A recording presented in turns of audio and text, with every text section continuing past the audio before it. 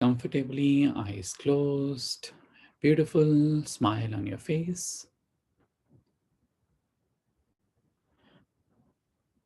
We shall chant the Bija Mantra of Ganapati, Lord Ganesha. Inhale and exhale.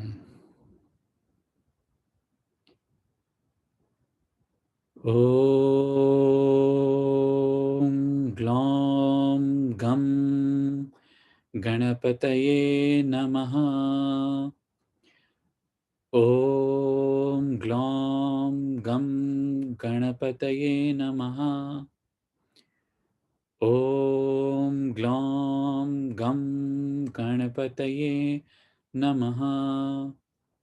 Om Glom Gam Ganapataye Namaha. Om Glom Gam Ganapataye Namaha.